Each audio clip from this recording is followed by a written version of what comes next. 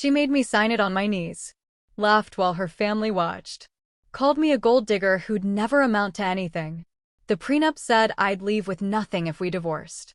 I signed it with shaking hands, because she had no idea the struggling writer she married was actually sitting on $20 million.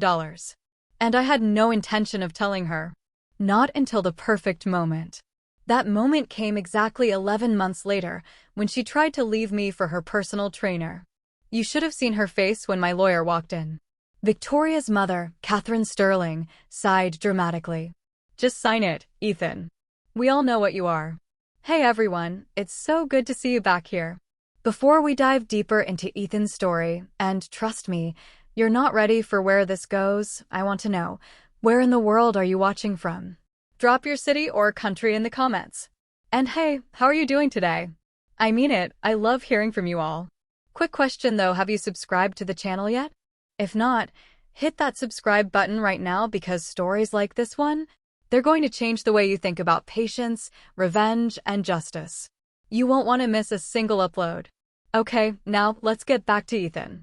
The Sterling family lawyer's office screamed old money, mahogany furniture, oil paintings of stern-faced ancestors, and the unmistakable scent of privilege.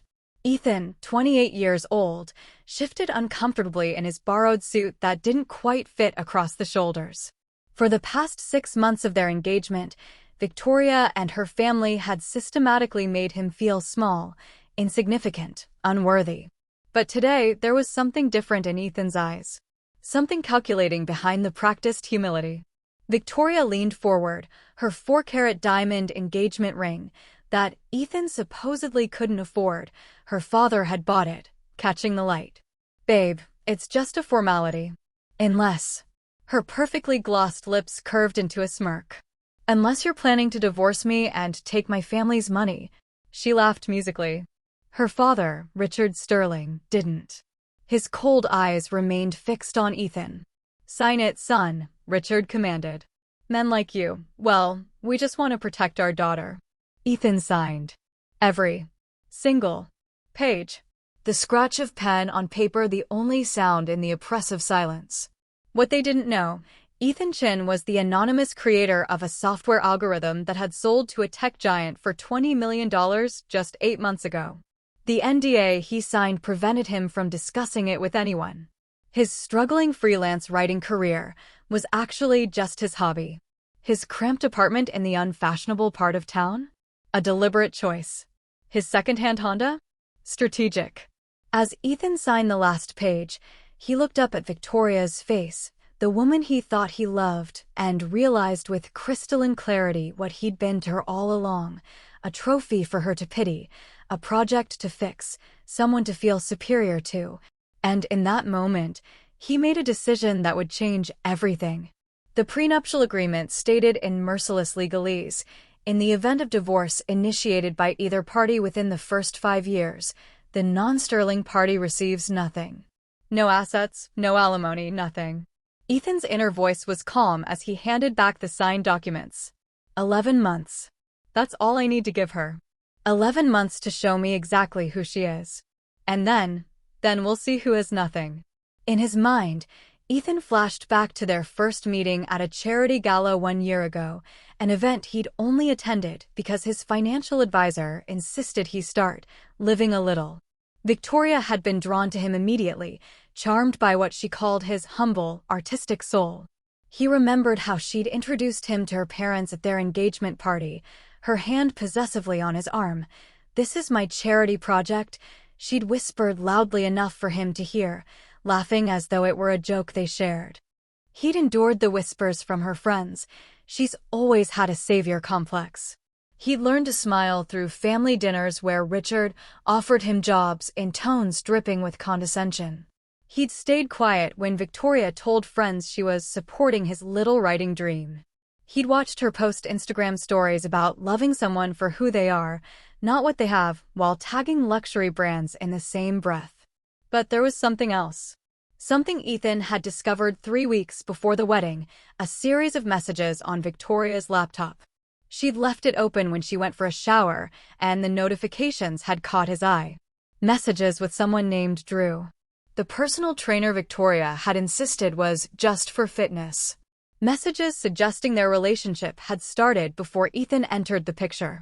Messages that were definitely still ongoing. Ethan hadn't confronted her.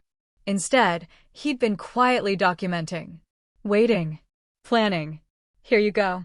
The lawyer slid the copy of the signed prenup across to Ethan, who tucked it into his worn messenger bag.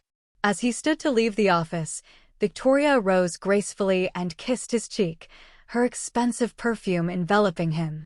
See? That wasn't so hard. Now we can finally get married. Her smile was radiant, triumphant. Ethan returned her smile with a practiced one of his own. I can't wait. But Victoria didn't see what happened next. As they walked toward the elevator, Ethan discreetly opened a notes app on his phone with a single entry titled Timeline. Under it, 11 months until divorce. Let's see who breaks first. The question hung in the air, unspoken but undeniable. What exactly was Ethan planning, and how badly was Victoria about to regret underestimating him? Ethan Chin wasn't always calculating. Growing up in Foster City with a single mother who worked 3 jobs, he learned resilience by necessity. While other kids played sports or video games, Ethan taught himself programming using outdated library computers, his mother asleep on their couch after 18-hour workdays. His deepest motivation wasn't money, it was respect. Being seen. His mother had died 6 months before he sold his algorithm, never knowing her son had finally made it. That loss created a wound in him. He was done being invisible. Sitting alone in his deliberately modest apartment, Ethan scrolled through Victoria's Instagram, perfectly curated images of their authentic relationship, each one a performance. His reflection stared back from the darkened screen, a man terrified of becoming like the Sterlings, of believing people were only worth what they could provide financially. But beneath that fear lay a deeper desire, to find someone who would have chosen him when he had nothing. Victoria had failed that test spectacularly before they'd even gotten engaged, and he'd been too blinded by her beauty and confidence to admit it until now. You're playing a dangerous game, said James Park from the kitchen, handing Ethan a beer. James had been Ethan's best friend since their Stanford days, where they'd bonded over being scholarship kids surrounded by generational wealth. As a patent attorney, James was the only person who knew about Ethan's $20 million windfall. He'd helped negotiate the deal. Not a game, Ethan corrected, accepting the beer. A test. James settled into the worn armchair across from him. I warned you about her from day one, man. Victoria Sterling doesn't do authentic. She collects people like accessories. I know that now. Ethan's voice was quiet.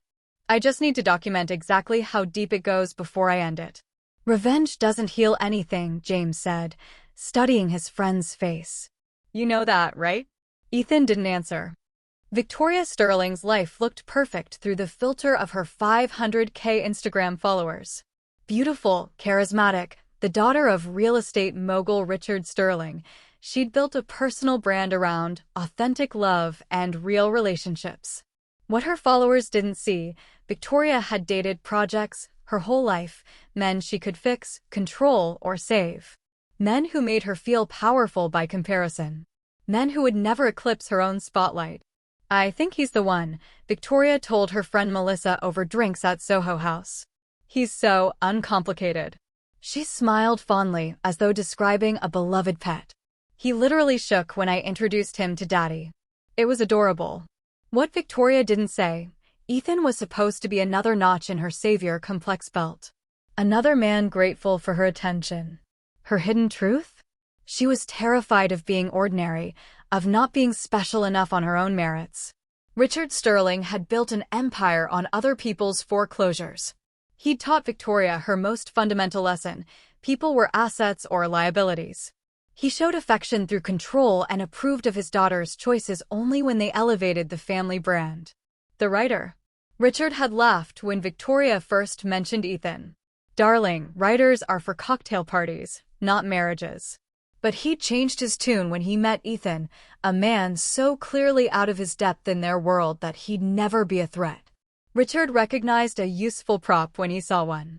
Victoria marrying someone beneath her station made the Sterlings look magnanimous, modern, unpretentious. Good optics. Elena Sterling, Victoria's younger sister, was the family disappointment at 25. She'd rejected the family business to work for a climate nonprofit, a choice Richard called her expensive rebellion phase. He wasn't always like this, Elena told Ethan quietly during a rare moment alone at a family dinner. She'd found him hiding in the library, ostensibly taking a work call, but actually just breathing. Dad, I mean. Before Mom died, he was different. Victoria wasn't always like this either, she added, a sadness in her eyes Ethan couldn't quite interpret. Just protect yourself, okay? Drew Martinez was everything Ethan appeared not to be: athletic, confident, born into the right circles. His family owned a chain of luxury gyms across the West Coast. He and Victoria had dated briefly in college, a fact she'd conveniently omitted from her relationship history with Ethan. She'll never actually marry him, Drew told his friends at their private club, scrolling through Victoria's engagement announcement. She's just doing the whole "look how deep I am" routine. Once she gets bored of playing savior, she'll come back. She always does. What Drew didn't mention: he was $3 million in debt from gambling. Victoria Sterling represented not just desire, but financial salvation. 2 weeks before the wedding, Ethan's phone buzzed with a text from Victoria. * late session with Drew tonight. Don't wait up. Love you. *. He placed the phone down carefully on his desk, opened his journal, and made another entry. The wedding was in 14 days. Every interaction between them now crackled with unspoken tension.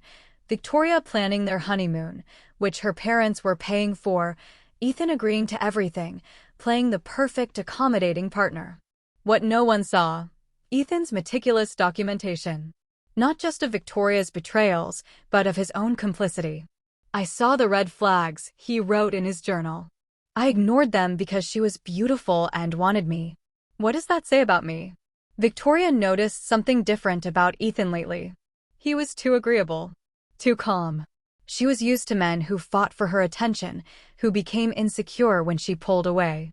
His quiet acceptance unsettled her. She increased her time with Drew, seeking the drama and passion missing from her engagement. He's hiding something, she told Drew as they lay in his bed. He's too perfect lately. You're paranoid, Drew replied, scrolling through sports scores on his phone.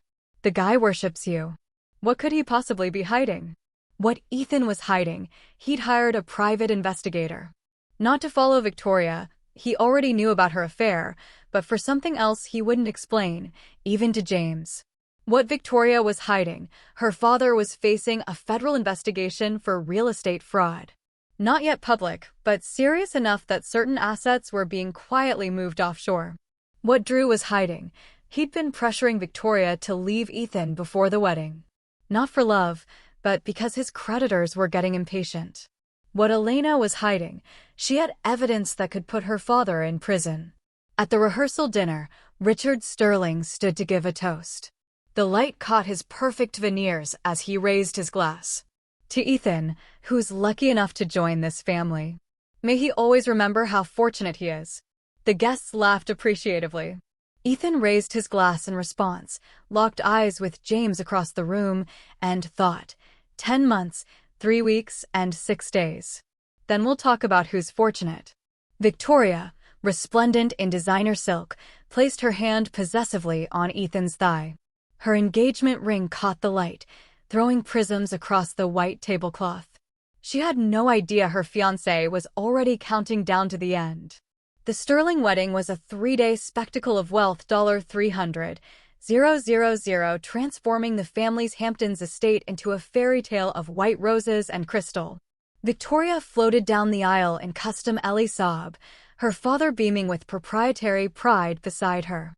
Ethan stood at the altar, the perfect picture of a man overwhelmed by good fortune. I never thought I'd find someone who sees me so completely, Ethan said during his vows, his voice cracking with emotion that the guests interpreted as gratitude. Victoria dabbed at perfectly dry eyes with a monogrammed handkerchief.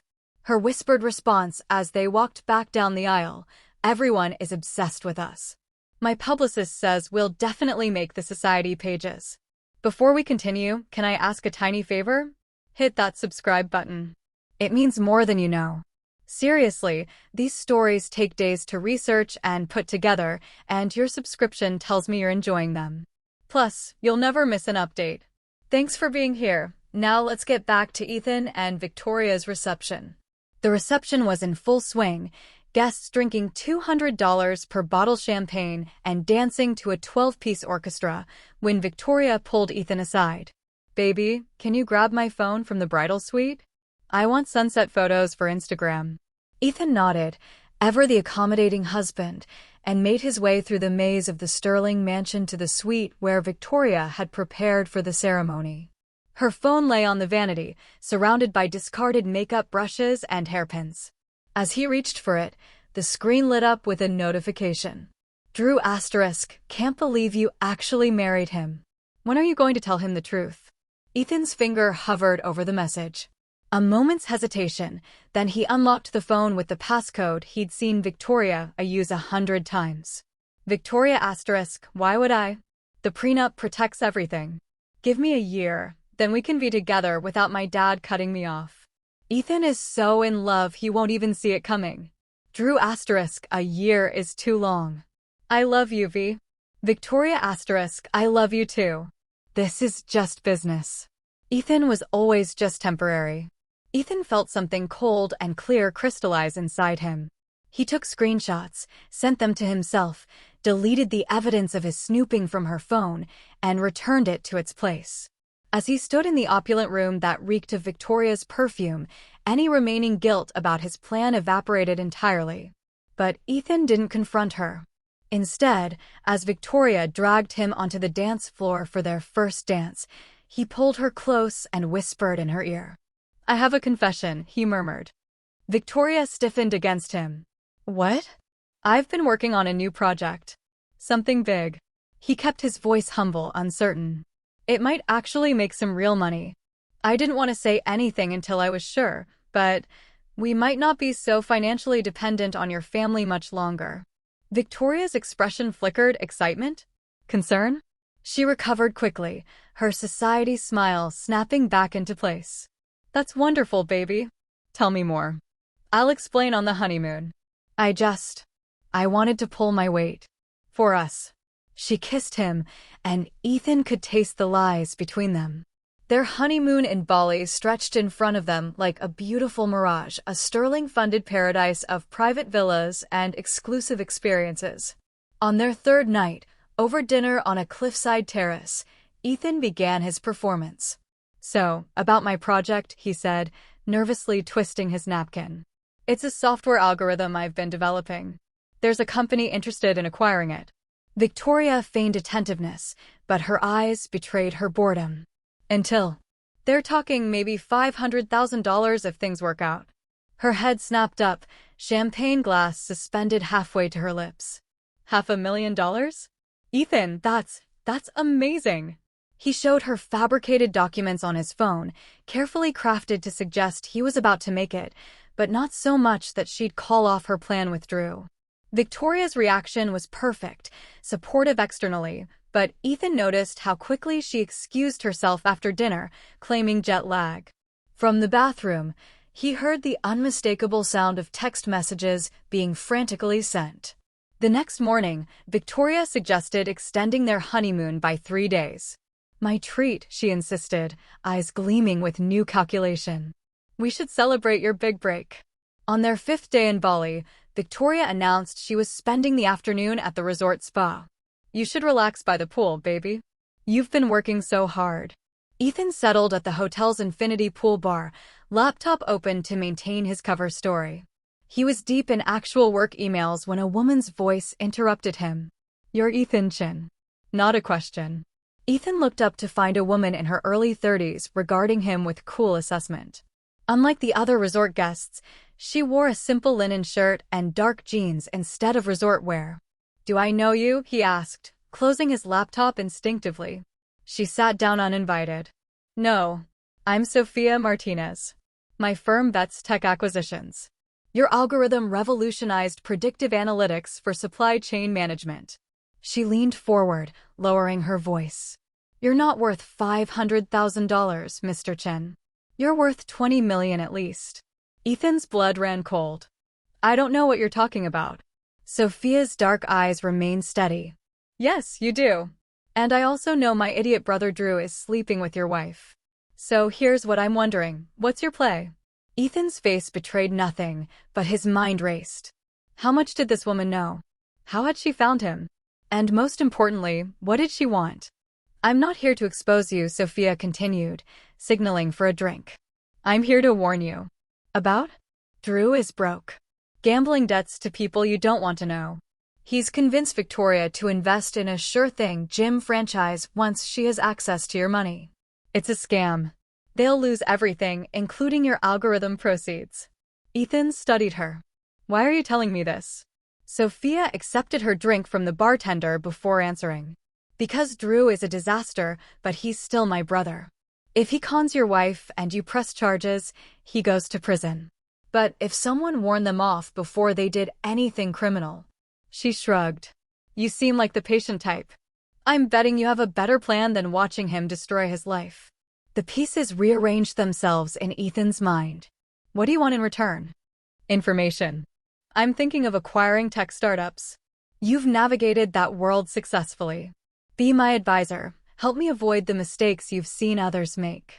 Legitimate business arrangement. How do I know I can trust you? Sophia's smile was small and precise. You don't. But I'm not the one who married you under false pretenses. Their eyes held for a long moment before Ethan nodded once. We should talk somewhere more private. As they walked away from the pool, Ethan glanced at his phone. 3 texts from Victoria. Having the best time at the spa. Miss you, baby? Asterisk thinking about trying for a baby soon.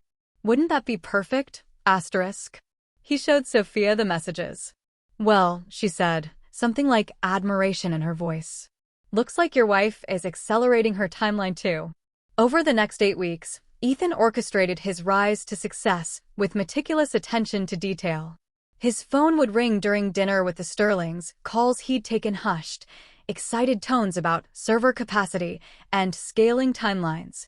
He left contracts conspicuously open on his laptop, figures highlighted in yellow, $300,000, $425,000, potential bonuses. Victoria absorbed every detail, her attention transforming from tepid tolerance to focused interest. You're working too hard, baby, she'd say, massaging his shoulders while surreptitiously reading his emails. Let me help you relax. James watched the performance with increasing concern. You're getting too deep, he warned during their weekly basketball game. Victoria's not the only one who seems convinced by the act. Ethan sank a 3-pointer. That's the point. For this to work, the line between truth and performance has to blur. But the real complication wasn't Victoria, it was Sophia Martinez. By the way, if you're watching this and haven't subscribed yet, don't break my heart like that. Tap the button. Let's keep growing together. Your comments fuel these stories, so drop your thoughts below, especially if you've ever caught someone in a lie they thought was perfectly hidden. Now back to Ethan and Sophia's deepening connection. Their business meetings had expanded from occasional consultations to 3 weekly strategy sessions. Sophia's boutique investment firm was legitimate, her interest in tech acquisitions real. But something else was developing between them, an intellectual connection that challenged Ethan in ways Victoria never had. Your approach is too cautious, Sophia argued during a particularly heated discussion about AI ethics. The algorithm could revolutionize predictive healthcare if you'd stop playing small. It's not about playing small. It's about responsible scaling, Ethan countered. You can't just throw technology at systems built on human judgment and expect ethical outcomes. Sophia smiled, not the practiced society smile Victoria wielded, but something genuine that transformed her serious face. This is why I wanted to work with you. You see beyond the money. Later, walking her to her car, a moment crystallized between them, Sophia turning suddenly, words dying on her lips as they found themselves inches apart. The almost kiss hung in the air before Sophia stepped back. You're still married, she said quietly. And I don't do complicated. But complicated was exactly what their situation was becoming. Victoria's manipulation escalated with the perceived value of her husband. She began love-bombing Ethan, recreating their first dates, initiating intimacy that had been absent for months before the wedding, playing the devoted wife with Oscar-worthy conviction. "I've been thinking about our future," she said one night, curled against him in bed. "What if we invested your software money in something together? Drew's family is expanding their gym franchise, and they're looking for angel investors. The returns are incredible." Ethan stroked her hair. "How much are they looking for?" "Just $200,000 to start." She traced patterns on his chest. "We could double it within a year." "Let me think about it," he murmured, making a mental note of the exact figure and timing. The complications multiplied. Richard Sterling announced at Sunday brunch that Victoria would inherit a $5 million trust fund on their first wedding anniversary, a little incentive to make the marriage work, he joked, eyes hard as he clinked glasses with Ethan. Drew became increasingly impatient, his texts to Victoria, which Ethan monitored through spyware he was ashamed of using, growing urgent. The investors need an answer by end of month. Either we're in or we lose the opportunity. How much can you get from him? And James discovered Sophia's connection to Drew. "Are you out of your mind?" he demanded, confronting Ethan in his office. "She's Drew's sister. This isn't just about revenge anymore, is it? You're falling for her." Ethan's non-answer was answer enough. The final complication arrived via email. The tech company that had purchased Ethan's algorithm wanted to do a press release featuring him as the visionary architect behind their recent growth. A press release that would blow his cover entirely. Through it all, Ethan noticed something unsettling. His act was affecting him. The line between performance and truth was blurring. When Victoria brought him coffee during late-night work sessions, was her concern entirely fabricated? When she spoke about their future, was it purely calculated? And when he found himself looking forward to meetings with Sophia, was that part of his plan or something else entirely? "I wanted her to feel invisible like she made me feel," he wrote in his journal. "But making someone else small doesn't make me bigger." Victoria had moments, fleeting, disorienting moments, of what seemed like genuine vulnerability. One night, finding her crying in their bathroom after a call with her father, Ethan's instinct to comfort her was real. Her grip on his hand, her whispered, "Thank you for being nothing like my father," those tears seemed authentic. These moments confused Ethan, complicated his feelings, made the path forward less clear. Then Elena called him, voice tight with worry. "Ethan, I need to tell you something about my father. It's worse than you think. Can we meet?" Before he could arrange it, Victoria delivered her masterstroke. She waited until they were at dinner with James and his new girlfriend, witnesses to her performance. Victoria declined wine, placed her hand protectively over her stomach, and beamed at Ethan with tears in her eyes. "I wasn't going to say anything yet, but we're pregnant. About 6 weeks along." James nearly choked. Ethan's face betrayed nothing as he leaned over to kiss his wife's cheek, even as his mind calculated the timeline. 6 weeks. When he'd been at a conference in Seattle. When Victoria had been with Drew in Palm Springs for a girls' weekend. That night, while Victoria slept, Ethan contacted a medical school friend who owed him a favor. The DNA test would be simple enough. He just needed a sample. And time. The results would take 2 weeks. Meanwhile, Victoria escalated her investment pitch. "Think about it," she urged over breakfast. "Drew's family has connections to every major athlete on the West Coast. With my social media reach and your tech knowledge, we could revolutionize fitness tracking. For our baby's future." When Ethan told Sophia about the pregnancy, her reaction wasn't what he expected. No shock, no strategic advice. Instead, genuine concern. "If that baby is real and yours, everything changes," she said quietly. "Are you prepared for that?" Before he could answer, her phone rang, Drew calling for the 3rd time that hour. Sophia's face tightened with worry. "I need to take this. My brother's in trouble again." As Sophia stepped away to answer, Ethan's own phone lit up with a text from Elena. "We need to talk now. Dad's being indicted tomorrow." It's all coming down, asterisk. The DNA test results arrived in Ethan's encrypted email while he sat in a meeting with potential investors, people Sophia had introduced him to. His phone buzzed with a notification, but he forced himself to focus on the pitch deck, discussing expansion possibilities for his algorithm's healthcare applications. Only when the meeting ended did he step into an empty conference room and open the attachment. The clinical language was unmistakable. The alleged father is excluded as the biological father of the tested child. Ethan sat heavily in the leather chair, the sleek office suddenly airless. The baby was real, but it wasn't his, it was Drew's. He had the evidence. The final betrayal laid bare in scientific certainty. Before he could process this, his phone exploded with notifications. Breaking news alerts from every financial publication he followed. Sterling Properties chairman indicted in massive fraud scheme. Federal agents raid Sterling offices in multi-state operation. Sterling assets frozen pending federal investigation. The game-changing development Ethan hadn't anticipated. Richard Sterling's federal investigation was now public. The man who had humiliated him, who had forced him to sign a prenup on his knees, was being perp-walked into a federal courthouse, his empire crumbling in real time. If you're feeling this story in your bones right now, do me a quick favor. Hit that subscribe button and drop a comment telling me if you've ever caught someone in a lie they thought was perfect. Your engagement helps these stories reach more people who might need them. Now, let's get back to the moment everything changes for Ethan. Ethan's phone rang. Victoria, sobbing hysterically. They're saying he committed fraud. They've frozen our accounts, all of them.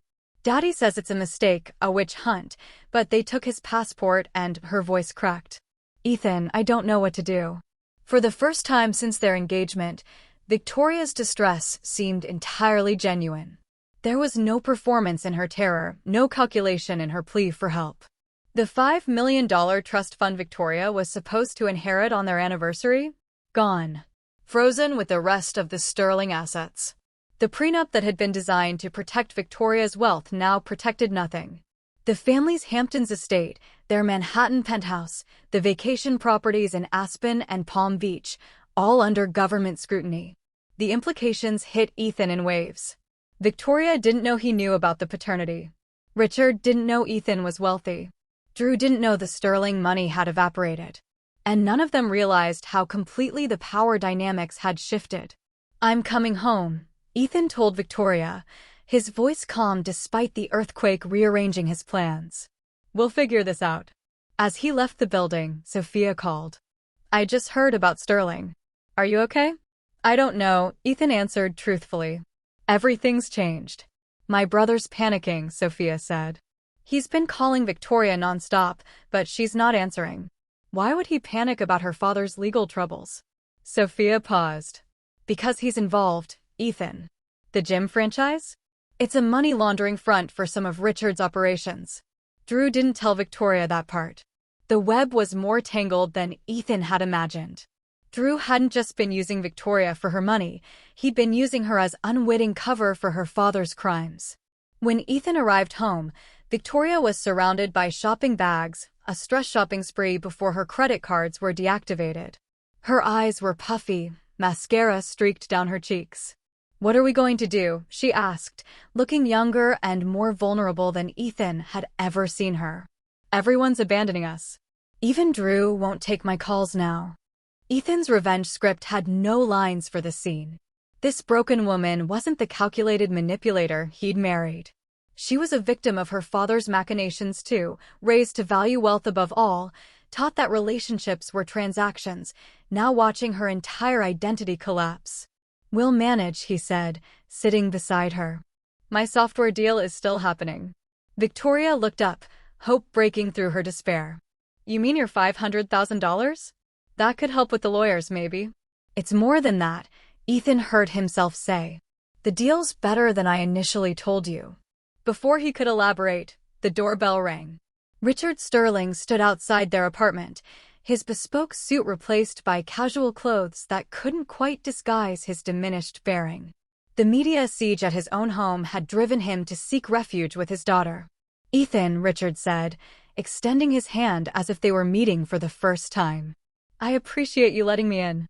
The three of them sat in the modest living room that Richard had once dismissed as charmingly bohemian, his code for cheap.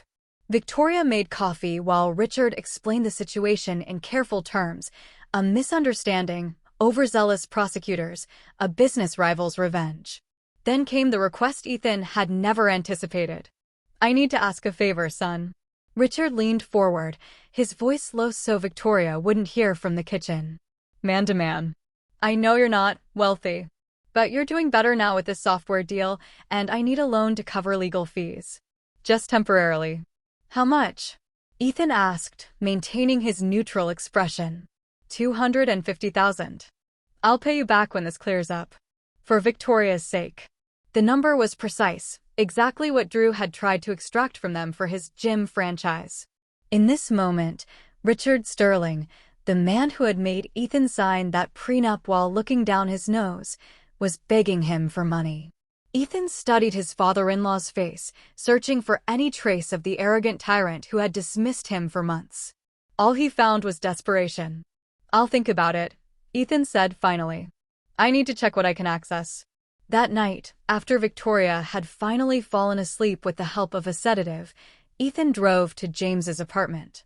Sophia was already there, the three of them forming an unlikely war council. "It's all coming apart," Ethan said, pacing the living room. "I have proof the baby isn't mine. Richard needs money from me." Drew was using Victoria to launder money through the gym franchise. "It's complicated," Sophia supplied, her voice gentle. "I have everything I wanted," Ethan continued, collapsing onto the couch. Proof of Victoria's betrayal, her father humbled, leverage over all of them. "So why do I feel worse than when this started?" Sophia moved to sit beside him, close enough that he could smell her subtle perfume, nothing like Victoria's expensive scent. "Because revenge is a meal that leaves you hungry, no matter how much you eat." "Poetic," James commented, "but legally speaking, you're in a position of considerable power now, Ethan. You could walk away clean." Sophia shared her own story then, how she'd been engaged to a hedge fund manager who'd proposed with a ring worth more than some people's homes, only to discover he'd been systematically embezzling from his clients, including her parents. "I walked away before the wedding. Lost friends, social standing, the life I thought I wanted." Her eyes met Ethan's. "Revenge would have been easier than healing. But I wouldn't be who I am now if I'd chosen rage over growth." In the gentle lamplight of James's apartment, with the world he'd carefully constructed collapsing around him, Ethan did something he hadn't planned. He kissed Sophia. Not the calculated gesture he'd performed for Victoria countless times, but something vulnerable, real, and terrifying in its honesty. When they pulled apart, Sophia studied his face. "What happens now?" Before Ethan could answer, his phone rang. "Elena." "Ethan, I need to tell you something about Drew," Elena said without preamble. "He's been working with federal investigators for months. Wearing a wire. Recording my father." "How do you know this?" "Because I've been helping him," Elena said.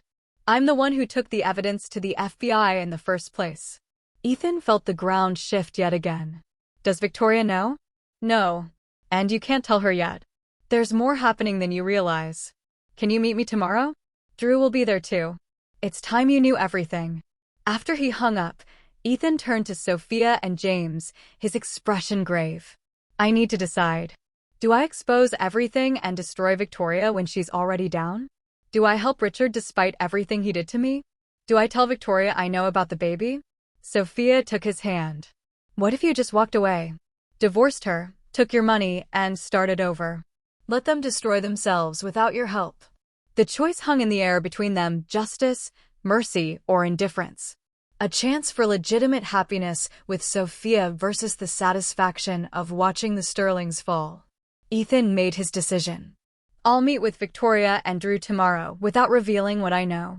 I'll watch them interact and make my final choice based on what I see." What he couldn't know was that when he arrived for that meeting, he would discover something that would change everything: evidence that Richard Sterling hadn't just committed financial fraud. He had deliberately framed his former business partner, who was now serving 10 years in federal prison while his family lived in poverty. The Sterlings weren't just morally bankrupt, they were criminals at a level Ethan had never imagined. And now he held their fate in his hands. Elena's revelation hit Ethan like physical pain. They sat in a quiet corner of a hotel bar, Elena, Drew, and Sophia forming an unlikely alliance as they laid out the evidence. My father didn't just commit fraud, Elena explained, sliding a folder across the table. He deliberately framed his business partner, Samuel Winters. The man has been in federal prison for 3 years while his family lost everything. Inside the folder, emails, bank transfers, and notarized testimonies proving Richard had meticulously constructed false evidence against Winters, a man who had once been like family to the Sterlings. Why? Ethan asked, the single word carrying the weight of his disillusionment.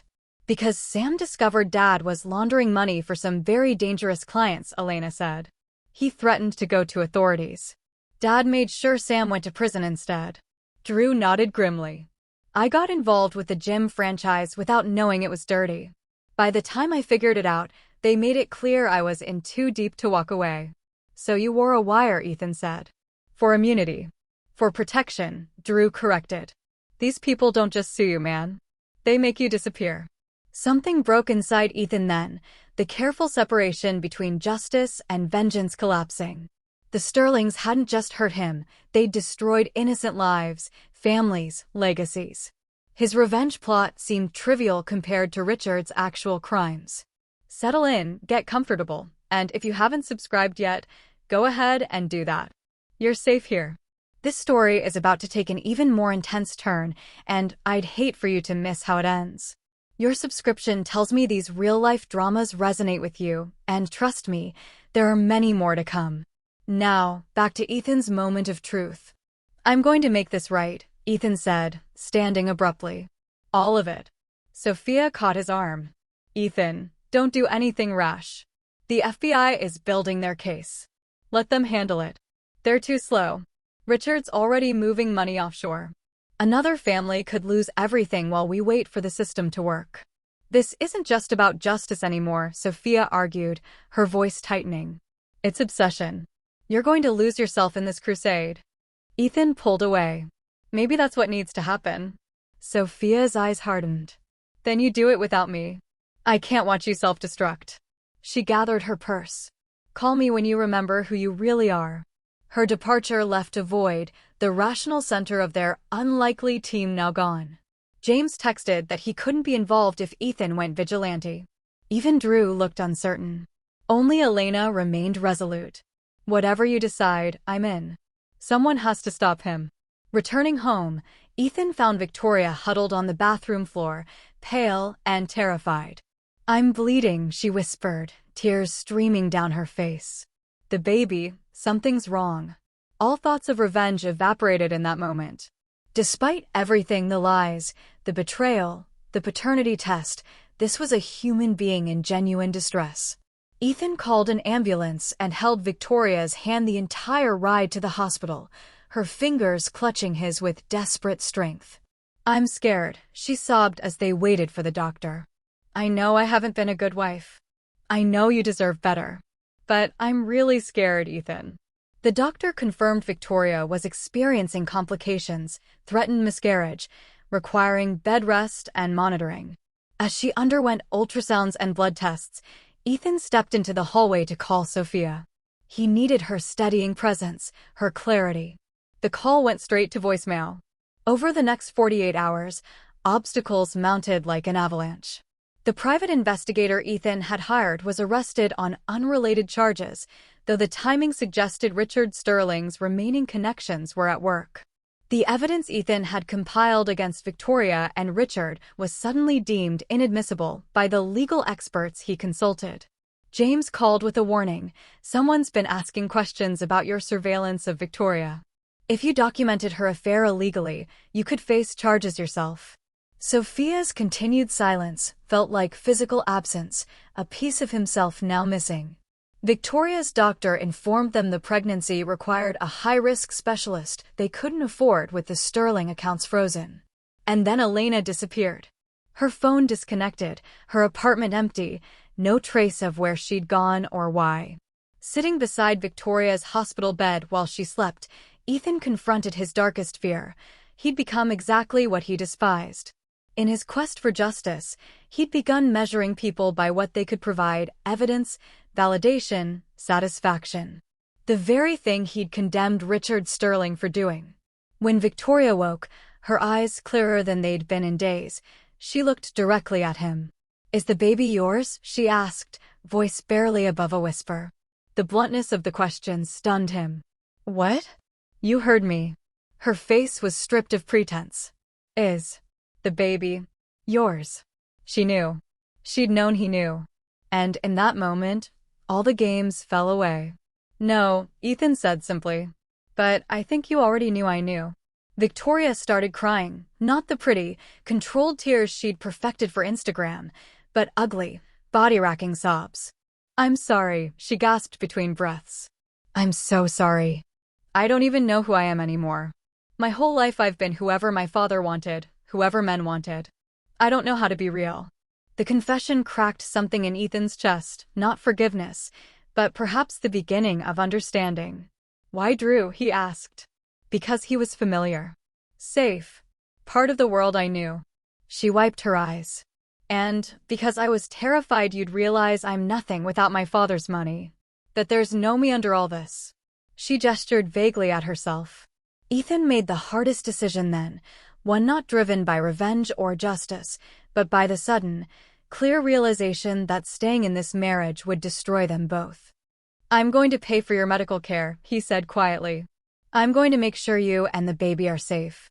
And then we're getting divorced, and I'm walking away from all of this, from you, from your family, from revenge. Because this isn't making me whole. It's breaking me." Victoria stared at him, confusion clouding her swollen eyes. "You're going to save me even after everything?" "I'm not saving you," Ethan replied. "I'm saving myself." That night, Ethan returned to his apartment to find it ransacked, drawers emptied, electronics smashed, papers scattered.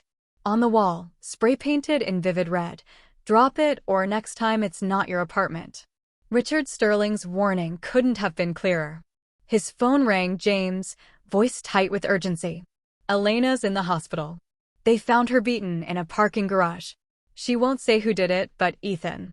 Richard Sterling is more dangerous than we thought." As Ethan stood in his destroyed apartment, another call came through. "Sophia, finally." "I heard what happened to Elena," she said, her voice raw. "I'm sorry I walked away. But Ethan, if you keep going down this path, he'll kill you. Men like Richard don't lose, they eliminate threats." Before Ethan could respond, a text message appeared from Drew. *, "We need to meet.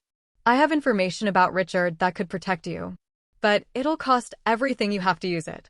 Tonight, 11 p.m., Harbor Point Marina, *. Ethan stood at the crossroads, Sophia waiting in her car outside, representing a future of peace and real love, Elena in the hospital, representing the innocent people Richard had destroyed, Victoria alone in her hospital bed, representing the complicated truth that people who hurt us are still human, and Drew's location pin on his phone, representing the possibility of mutually assured destruction. In his destroyed apartment, surrounded by the wreckage of his careful plans, Ethan recorded a video message on his encrypted cloud account. "If anything happens to me, this goes to the FBI, the media, everyone." He outlined everything: his wealth, Victoria's affair, Richard's crimes, the threats, Elena's assault, his insurance policy. But creating it forced him to confront a terrifying truth. He was genuinely afraid he might die for this. The darkest moment wasn't the destruction or the threats. It was realizing that in his quest to prove his worth, to obtain justice, he'd put a price on his own life, and now had to decide if the cost was too high. Sitting in his ransacked apartment, surrounded by the debris of his carefully constructed life, Ethan had an epiphany. The shattered picture frames and appended furniture reflected his own fractured plans built on revenge rather than healing. The realization crystallized. He didn't need to destroy the Sterlings. He needed to free himself from carrying what they had done to him. The insurance policy video was enough. It protected him without requiring him to detonate it. Self-preservation, not vengeance. Ethan called Sophia. You were right, he said simply. I almost lost myself. But I'm choosing different. Can we talk? Before we continue with what happens next in this turning point, if you're feeling the intensity of this story, hit that subscribe button right now. Your support means everything, and I want you to be first to know when new stories drop. Leave a comment sharing what you would do in Ethan's situation. Sometimes the wisest perspectives come from those watching from the outside. Now, let's see how Ethan rebuilds from rock bottom. 30 minutes later, Sophia's car pulled up outside his building. They sat inside the vehicle, the darkness providing a confessional intimacy neither was ready to break. I was going to meet Drew at the marina, Ethan admitted. I thought I could end this once and for all. And now? Sophia's question hung between them. Now I understand there's a difference between justice and making myself the weapon of justice. He turned to face her. I don't want to be the man who destroys the Sterlings. I want to be the man who walked away and built something better. Sophia's slight smile in the dashboard light felt like sunrise after the longest night. That's the Ethan Chennai met in Bali. The one who created something brilliant instead of tearing down what others built. They talked for hours, not just about the Sterlings, but about Ethan's deeper wounds.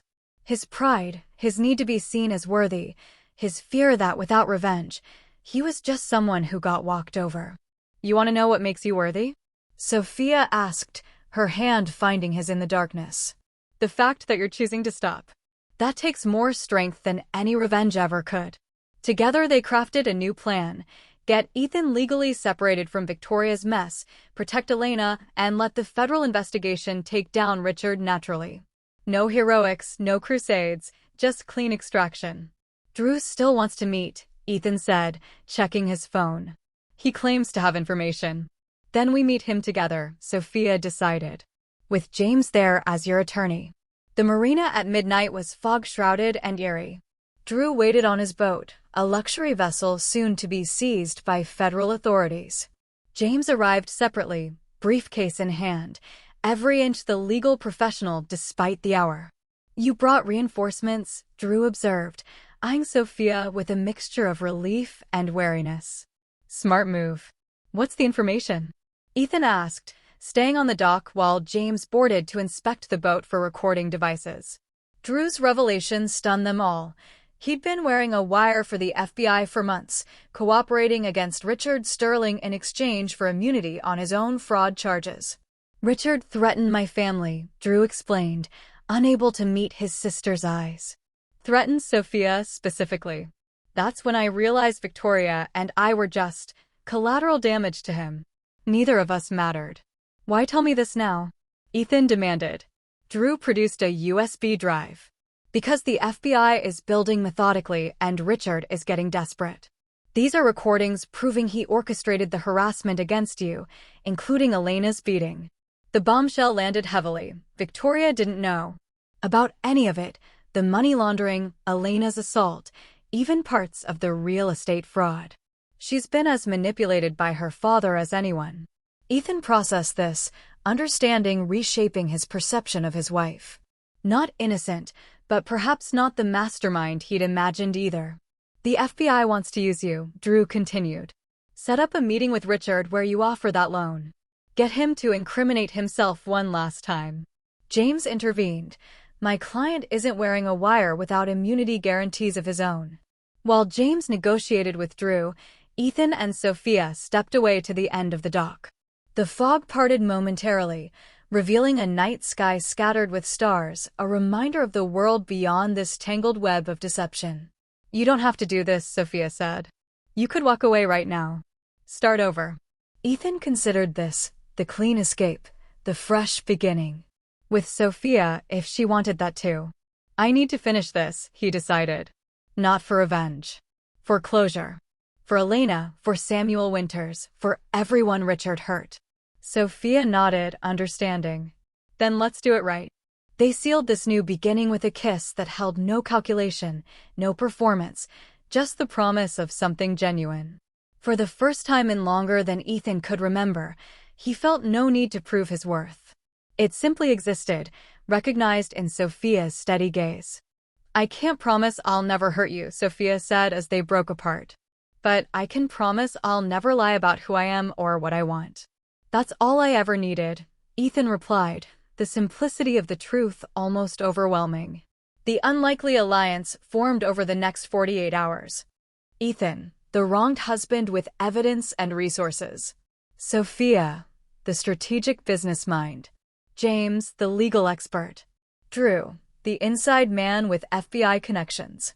Elena, released from hospital, determined to testify against her father.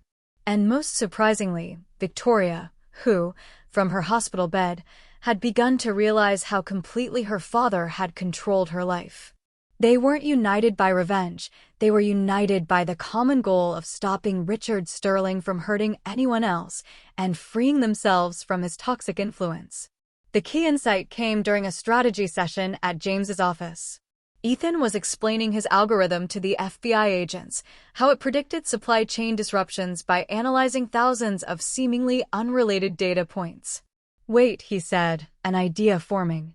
"My algorithm doesn't just track supply chains. It tracks patterns. Financial patterns." The FBI financial crimes specialist leaned forward. "What are you suggesting?" "I'm suggesting we modify my algorithm to analyze Richard's entire business empire. Not just the obvious fraud, but the hidden connections, shell companies, phantom investors, unusual transaction timings." Within hours, Ethan had adapted his software, feeding it every piece of financial data the FBI had collected. The results were staggering, not just Richard's crimes, but a network of corruption involving other wealthy families, foreign investors, and public officials. This wasn't about Ethan's personal vendetta anymore. It was about systemic justice. The FBI was ready to move, but they needed Richard to make one more mistake, transfer hidden assets to avoid seizure. To make that happen, they needed bait. He'll move money for one reason, Ethan realized. Victoria's medical emergency. The plan crystallized. Ethan would offer to loan Richard money for Victoria's hospital bills, appearing to finally capitulate to his father-in-law's pressure. Richard would try to funnel the money offshore, and the FBI would catch him in the act. Before executing the plan, Ethan needed to have one final conversation with Victoria. He found her in the hospital, color returning to her cheeks, the immediate danger to the pregnancy past. "I need to tell you everything," he said, sitting beside her bed. "About my wealth, about knowing about Drew, about the baby's paternity. About what your father has done." Victoria listened without interruption, tears streaming silently down her face as Ethan revealed the full extent of his deception and her father's crimes. When he finished, she asked the question that had haunted him, "Why didn't you destroy me when you had the chance?" Ethan considered this. "Because that would have destroyed me too. You didn't make me invisible, Victoria. I made myself invisible by thinking I needed your validation to be real." Victoria broke down then, truly vulnerable perhaps for the first time in her life. "I'm going to lose everything. My family, my reputation, probably custody of my baby. But you'll have something you've never had before," Ethan countered gently. "The chance to figure out who you actually are when no one is watching." The team finalized the plan. Ethan would meet Richard in 48 hours with the loan. The FBI would be ready. Elena was in protective custody. Sophia and Ethan had started cautiously planning a life after all this ended, traveling, her business expansion, his work with ethical tech companies. As they left the FBI office, James studied his friend with newfound respect. "You know, I never thought I'd see you actually happy. But you're different now." Ethan nodded, the truth of it settling comfortably. "I'm choosing different." The operation was set in motion with a single phone call. Ethan to Richard, "I heard about Victoria's specialized medical needs. I've come into some unexpected money from my software deal. Let's talk about me helping family." Richard, desperate and arrogant, agreed immediately. He didn't question how Ethan suddenly had money to loan. He just saw a victim he could use one more time. The turning point was complete. Ethan had moved from revenge to justice, from anger to peace, from proving his worth to knowing it intrinsically. The trap was set. The Sterling Club stood as a monument to old money, all dark wood, leather chairs, and portraits of stern-faced men who'd built fortunes on others' backs.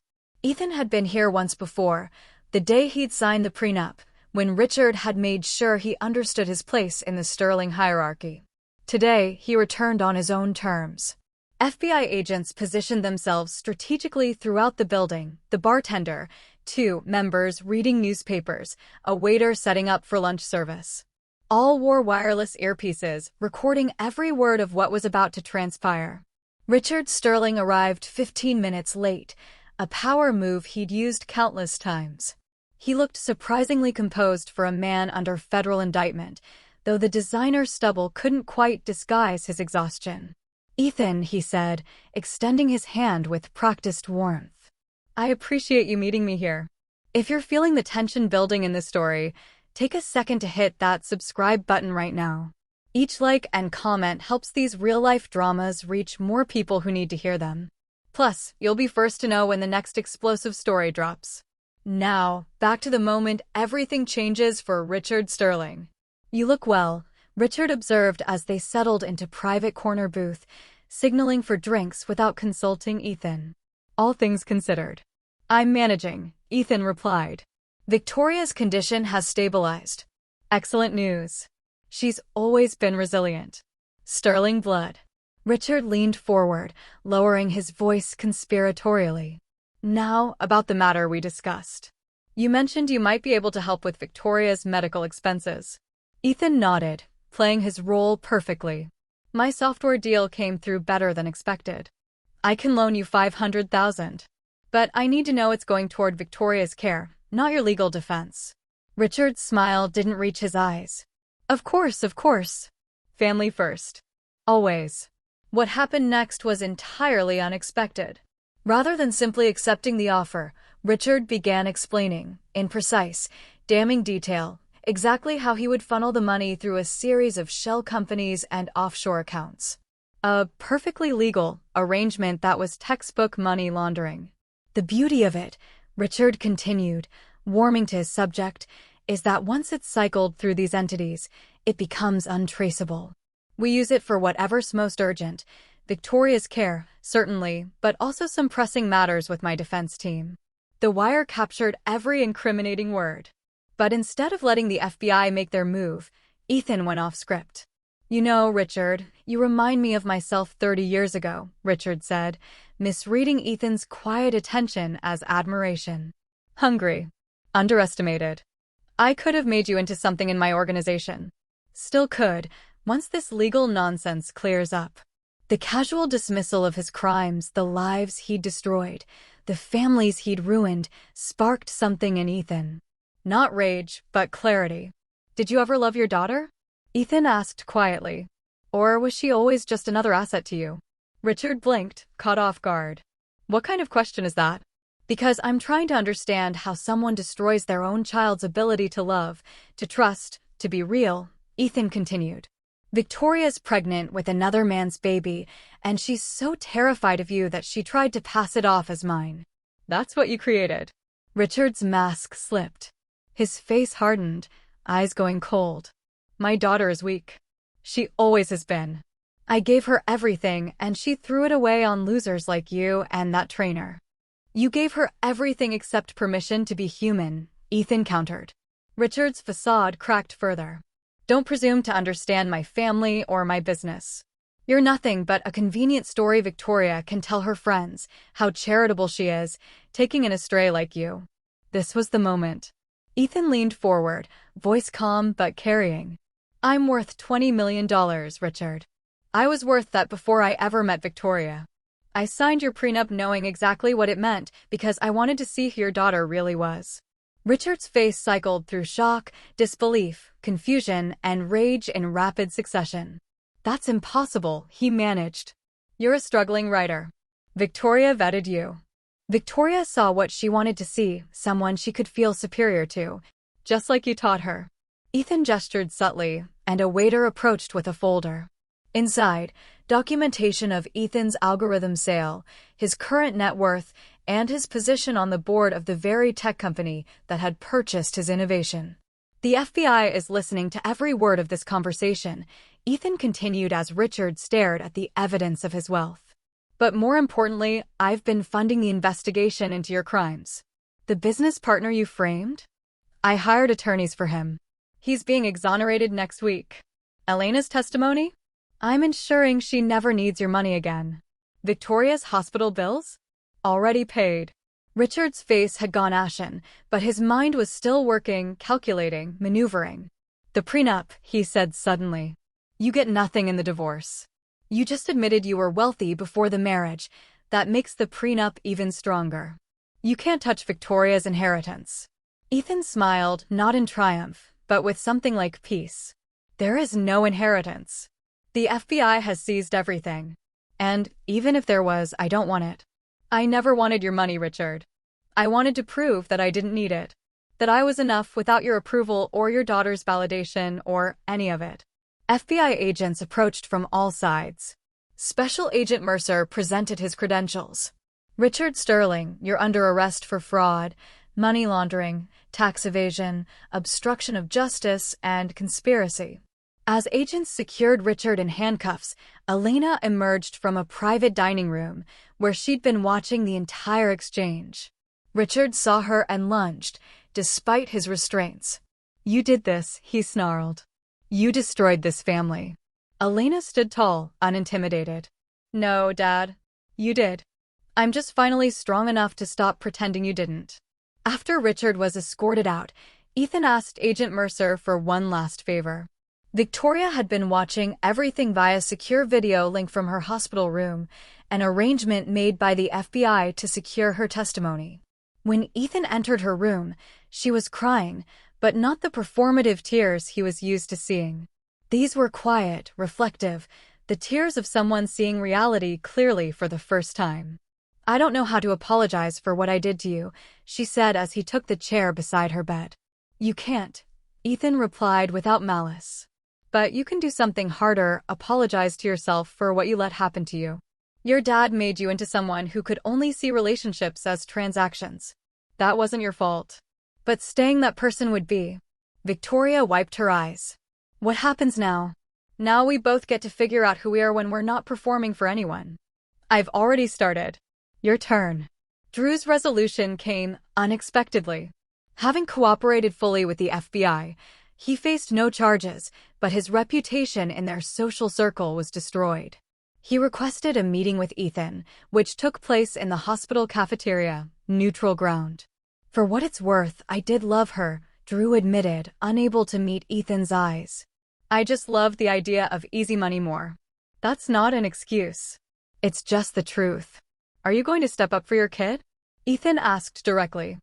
Drew stared at his hands. I don't know. But at least now I'm being honest about not knowing. It wasn't redemption, but perhaps it was a start. 6 months later, Ethan and Sophia sat at an outdoor cafe in Barcelona, the first stop on their extended travel plan. The divorce was finalized, Richard's trial was underway, and the future stretched before them without the weight of revenge or deception. Do you ever regret it? Sophia asked, watching Ethan over her espresso. Walking away instead of grinding them into dust? Ethan considered the question, watching locals and tourists mingle in the plaza. Every time I look at you, I'm grateful I chose this instead. Their peaceful moment was interrupted when a young man approached their table, recognition lighting his face. Mr. Chin? I'm sorry to interrupt, but you're the creator of the supply sync algorithm, aren't you? Your fraud detection application saved my startup from an investor scam last month. I just wanted to say thank you. As they chatted with the young entrepreneur, Ethan realized this was the victory that mattered. Not destroying his enemies, but building something that protected people from having enemies in the first place. News reached them periodically through James, Richard Sterling sentenced to 15 years in federal prison. His business empire dismantled. Samuel Winters released and awarded a multi-million-dollar settlement. Elena establishing a foundation for people escaping financially abusive families. And most surprising of all, Victoria, rebuilding her life piece by piece. She'd agreed to testify against her father, entered intensive therapy, and made the decision to keep the baby, a daughter she would raise to understand that her value had nothing to do with money or status. Ethan's final act in the saga was one no one would ever know about. He anonymously funded Victoria's therapy and rehabilitation program. Not because he forgave her, but because their child deserved a mother who'd had the chance to heal. In choosing mercy over vengeance, Ethan found something he'd never expected: freedom from the very need for revenge that had driven him for so long. 2 years later. The San Francisco skyline glowed golden in the late afternoon sun as Ethan Chin stood at the podium, addressing a crowd of aspiring tech entrepreneurs and industry veterans. At 31, he carried himself with a quiet confidence that needed no performance, no validation. "The most valuable algorithm isn't the one that makes you rich," he told the audience. "It's the one that makes you whole." In the front row, Sofia Martinez watched with undisguised pride, the elegant engagement ring on her left hand catching the light. Their relationship had blossomed from the ashes of deception into something neither had expected: a partnership built on honesty, mutual respect, and the kind of vulnerability that comes only after seeing someone at their worst and choosing them anyway. Before we wrap up this incredible journey with Ethan and the people whose lives changed forever because of that prenup, I want to thank you for staying with this story until the end. If you've been moved by this tale of redemption and healing, hit that subscribe button right now and leave a comment sharing which part resonated with you most. Your support makes these real-life stories possible, and there are so many more waiting to be told. Now, let's see where everyone ended up after the dust settled. Sofia's consulting firm had expanded internationally, with Ethan as a silent partner and strategic advisor. Their professional collaboration was as successful as their personal one, her practical business sense complementing his innovative thinking in ways that had already revolutionized how tech companies approached ethical growth. As the conference concluded, a young woman approached Ethan, clutching his book to her chest. "Mr. Chin, would you sign this? Your story changed my life." The book, The Invisible Man: How Seeking Validation Almost Destroyed Me, with All Names Changed, had become a bestseller, touching thousands who recognized themselves in Ethan's journey. He'd written it during therapy, working through his childhood poverty trauma and his need for external validation. "Who should I make it out to?" he asked with a genuine smile. "Lisa," she replied. "I was in an emotionally abusive relationship for 5 years. Your book helped me see that walking away wasn't giving up, it was choosing myself." These moments still humbled Ethan, the recognition that his pain, transformed into wisdom, could become someone else's healing. Later that evening, Ethan and Sofia hosted a small dinner party in their home, modest but comfortable, with no staff, no luxury cars parked outside, no designer clothes. Just good friends, good food, and the authenticity they'd both fought for. James arrived with his fiancée, a civil rights attorney he'd met during the Sterling case. "The hero of the hour," he announced, presenting Ethan with a bottle of scotch. Front page of the business section again. Ethan shook his head, embarrassed. "For giving a speech? The bar keeps getting lower." "For the Foundation's 1,000th successful intervention," James corrected. "That's no small milestone." The Invisible No More Foundation, started by Ethan and Sofia a year after the Sterling scandal, provided resources for people rebuilding after financial abuse, betrayal, or manipulation. What had begun as personal healing had grown into a movement. As their friends settled in the living room, Sofia pulled Ethan aside in the kitchen. "Victoria called today," she said quietly. "About the Foundation's scholarship program." Ethan paused, wooden spoon suspended over the pasta sauce. "What did she say?" "She wants to volunteer. Said she's in a place now where she thinks she can help others without it being about her." Victoria Sterling's journey had been as unexpected as Ethan's own. After losing her social media following, her fair-weather friends, and the identity she'd constructed so carefully, she'd been forced to discover who she actually was underneath the performance. She now worked as a receptionist at Elena's foundation, raising her daughter Lily as a single mother. Drew had signed away parental rights, but paid child support punctually, one of many surprises in the aftermath. 2 months ago, Victoria had reached out to Ethan for the first time since the divorce. "I don't expect forgiveness. But I wanted you to know I'm teaching Lily that people aren't projects. That love isn't about what someone can do for you. She'll be better than I was. Ethan had responded simply, "That's all any of us can do." Break the cycle, asterisk. They would never be friends, but there was peace between them, a resolution neither had expected. What did you tell her? Ethan asked Sophia about Victoria's volunteer request. That we'd consider it, Sophia replied. It's your foundation too. Your call. Ethan considered this, the final step in letting go of the past completely. Tell her she can start with the educational workshops. See how that goes. Elena arrived last to the dinner party, glowing with news. The court finalized Sam Winter's compensation today. Every penny Richard stole, plus damages. His kids are going to college after all. Elena had transformed her pain into purpose, her foundation helping people escape financially controlling families. She'd become engaged to a teacher she'd met at a community event, someone with no money, no connections, just genuine love and shared values. You gave me courage, she told Ethan over dessert. Watching you stand up to my father when you had nothing to gain, it showed me that integrity exists. That people can choose differently. Richard Sterling remained unrepentant in prison, serving his 15-year sentence while still attempting to manipulate anyone within reach. His letters to Ethan had gone from rage-filled to craftily conciliatory, each one revealing the unchanged man beneath the fallen facade. His final letter, which Ethan had read after months of leaving the correspondence unopened, stated simply, "You think you won, but you're just like me. You manipulated Victoria just like I manipulated business partners. We're the same." Ethan had considered this accusation for days before reaching his conclusion. No, we're not.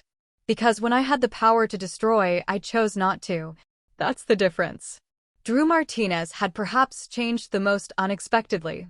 He'd paid off his gambling debts, managed a legitimate gym, and paid child support for Lily on time every month. He attended co-parenting classes despite not being involved in Lily's life, preparing for if and when Victoria allowed him to meet his daughter. Last Christmas, he'd sent Ethan a message that still sat in his phone. Asterisk, I know I don't deserve your forgiveness. But thank you for not destroying me when you could have. I'm trying to be the person you chose to believe I could become. Asterisk. After dinner, their friends departed, leaving Sophia and Ethan alone in the quiet apartment.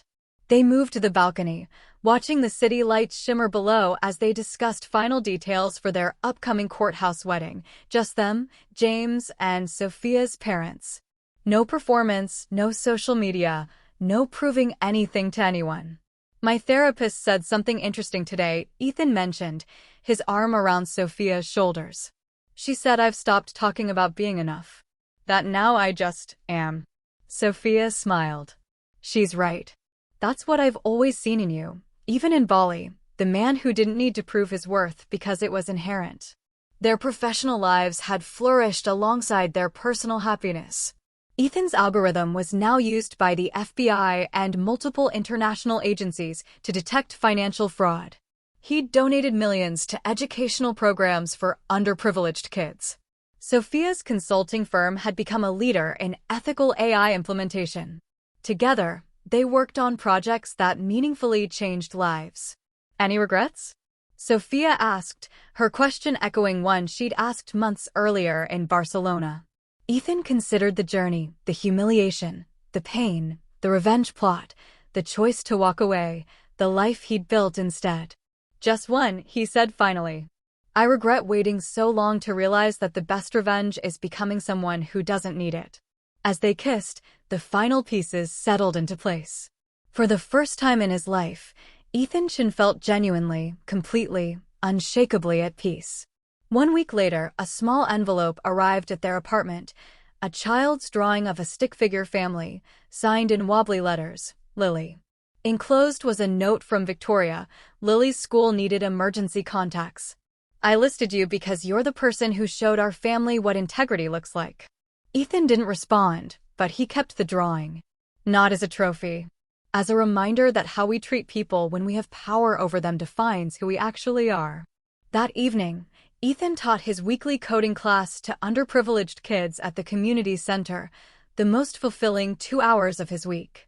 As they worked through a particularly challenging problem, one of his students looked up from her computer. Mr. Chin, when did you know you were going to be successful? Ethan smiled, seeing his younger self in her determined eyes.